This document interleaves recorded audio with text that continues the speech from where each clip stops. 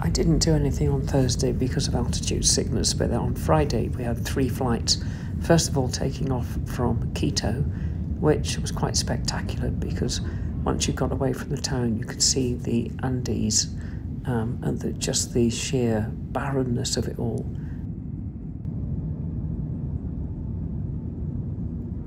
Flew over snow-capped mountains quite a bit, which was also quite spectacular. First stop was Lima on the coast, which looked really not very pleasant and just industrialised, dirty and misty, and glad we didn't go there. Then we took off from there and flew to Guayaquil, which is in Ecuador, the largest and industrial city there. And taking off from there, you could just see what a modern city it was, and some quite spectacular architecture. So it would be quite a nice place to visit. We might have time when we get back.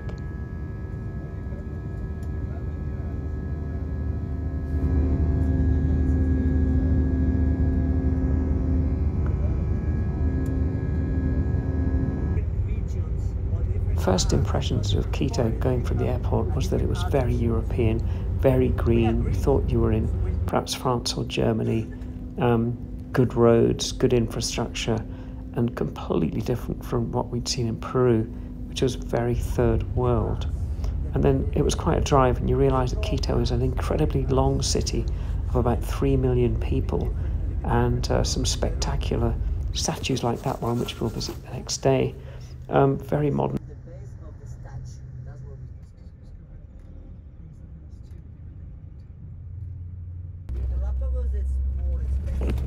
And that's the wife of the founder of Ecuador, Bolivar.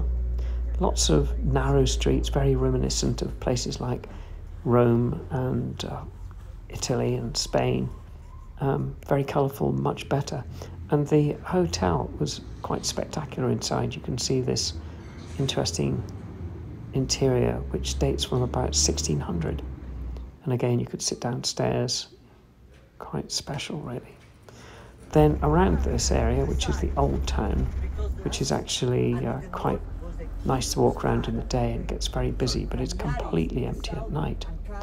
Then we drove up to the statue, you can see here, of the Virgin Mary, what else? And Quito is surrounded by volcanoes. You can see it, I think there's about 5 or 6 of them, and there's one in the distance there. Fortunately, they don't tend to erupt. That is actually a snow-capped volcano, which you can't see the top of, sadly. Coast. In the flat coast, we have a lot of agriculture, like banana, cacao, coffee, and the coast have a lot of production nowadays. And the central economical part of the coast is Guayaquil, which is one of the most important port city. Okay, I will tell you more about Guayaquil. So over there, you can see a volcano there. It's a girl.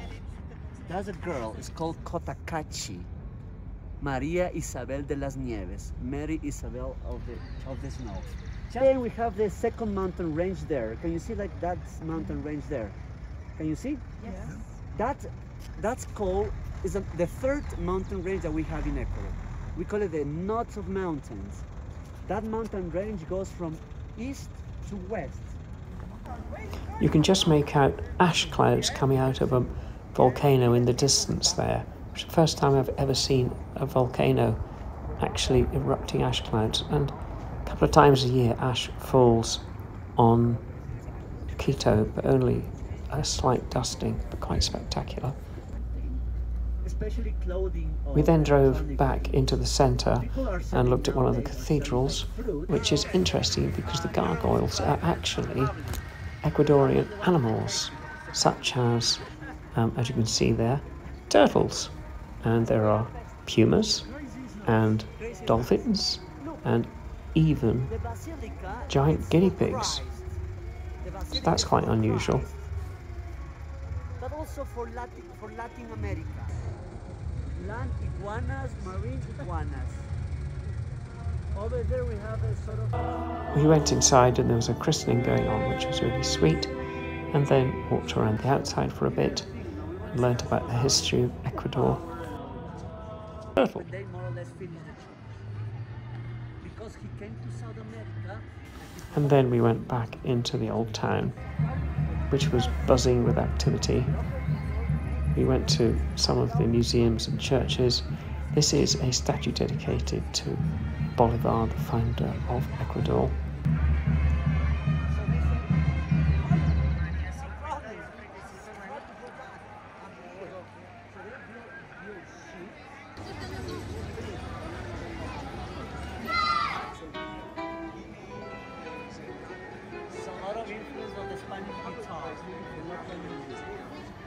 This is the old town, full of street vendors, activities, shops and so on. This is the inside of one of the cathedrals, which wasn't supposed to be filmed, but it's completely covered in gold leaf. Very good at carvings. Then back out into the old town, which becomes completely deserted at 7:30.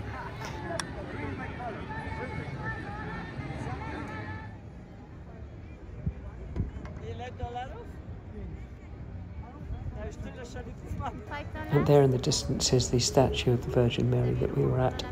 We then went inside the museum you can see at the end, which was quite interesting because the way in which religious symbolism had developed there, very different, because a lot of their statues had clothes on them and were highly coloured, and a bit weird, like those stick-on hands, things like that. But most surprising of all, apart from all the really decorative colours and clothes and fabrics, was the really graphic crucifixion ones with blood pouring out of the Christ. And really, any children watching this would be terrified. I mean, it doesn't leave anything to the imagination. And again, the statues were deeply embellished with clothing, which was really quite unusual. But again, some of the stuff there, like blood arms and things like that, horrible. Beautiful courtyard though, but then you could walk right up to the top and look out the tower and get a spectacular view of Quito. And you really got an idea of just how enormous the city is, because it's long and thin, about 20 or 30 miles, and surrounded by hills.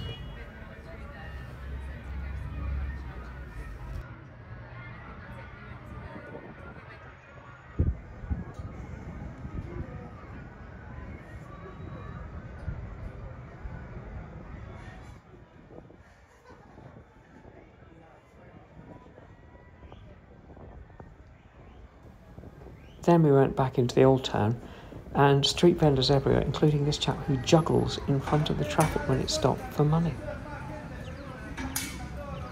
And again, lots of stalls in the old town, which is just lovely to walk around, but again, deserted in the evening. Then all of a sudden it downpour at about 2 o'clock. Everyone rushes inside, and again, just fascinating seeing everyone. And then while it was raining, me and a couple of the others went into one of these cafes, and there's Ray and Mary from Colorado.